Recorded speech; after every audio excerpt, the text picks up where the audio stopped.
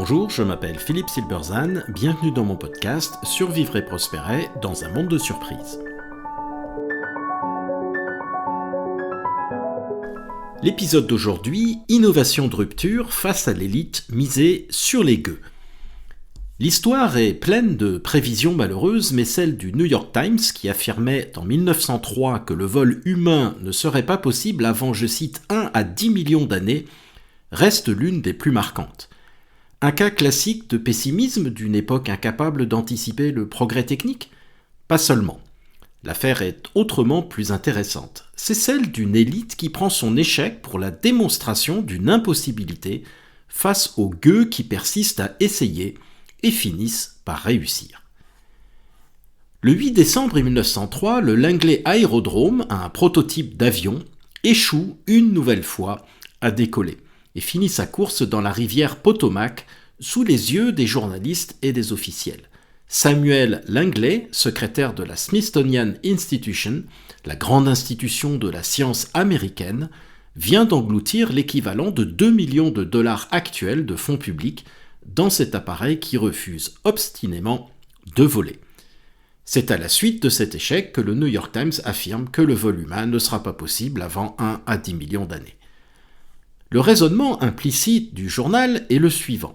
Les ressources, les diplômes et la légitimité institutionnelle sont les conditions nécessaires de l'innovation. Si ceux qui réunissent ces conditions échouent, personne d'autre ne peut réussir. La frontière du possible coïncide avec celle des capacités de l'élite accréditée. Si, je cite, les meilleurs d'entre nous n'y arrivent pas, eh bien c'est que c'est impossible. Le journal ajoute charitablement que, je cite, « Pour l'homme ordinaire, il semblerait que cet effort soit plus profitable ailleurs ». Une observation que l'on entend encore toujours au sujet de chaque innovation. Pourtant, quelques jours plus tard seulement, le 17 décembre, les frères Orville et Wilbur Wright ridiculisent cette prédiction en faisant voler leur avion à Kitty Hawk dans un vol historique. Ce sont de parfaits inconnus, des gueux face à la noblesse scientifique et financière représentée par Langley. Ils sont mécaniciens de vélo, sans diplôme, sans subvention, sans prestige institutionnel.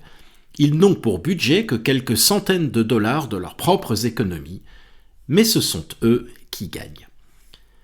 Cette histoire est instructive à plusieurs titres. Premièrement, tout gueux qu'ils soient, les gueux ont un avantage. Ils n'ont rien à perdre. Langley gérait une réputation, un budget public, une institution. Lorsque pour la deuxième fois l'avion a échoué et a fini dans la rivière Potomac, devant des journalistes et des officiels, eh bien la réputation de Langley était perdue. La mise était trop élevée. Les Wright, de leur côté, n'avaient pas de réputation à défendre. Leurs échecs initiaux étaient connus d'eux seuls. Ils étaient donc plus libres d'essayer de nouvelles approches. La mise était limitée. Un échec ? On essaye de comprendre pourquoi, et on recommence. C'est la fameuse approche de la perte acceptable de l'effectuation, l'approche des entrepreneurs. Deuxièmement, l'élite a un handicap. Elle peut plus facilement abandonner. Ce qui frappe avec Langley, c'est qu'après seulement le deuxième crash, il décide d'arrêter les frais.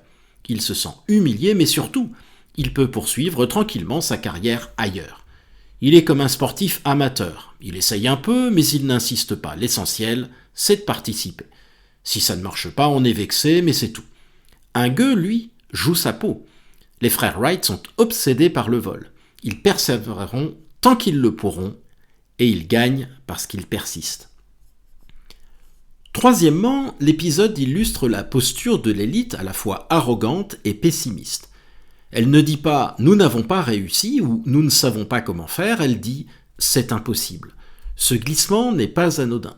Il transforme un échec personnel en loi universelle. C'est la marque d'une pensée qui confond sa propre limite avec celle du réel et qui n'imagine même pas que quelqu'un d'autre, ailleurs, autrement, puisse réussir là où elle-même, elle a échoué. En outre, il est plus facile de déclarer un problème insoluble qu'admettre cet échec. L'incapacité de l'élite à envisager la solution d'un problème se traduit en un pessimisme coûteux pour la société tout entière. Ce n'est pas la première fois que ça se produit avec Langley, et ça ne sera pas la dernière. Quatrièmement, l'épisode souligne aussi la prémisse de l'article du New York Times. Seul compte ce que font les acteurs légitimes, et cette légitimité vient de qui ils sont, pas de ce qu'ils font. C'est une pensée aristocratique.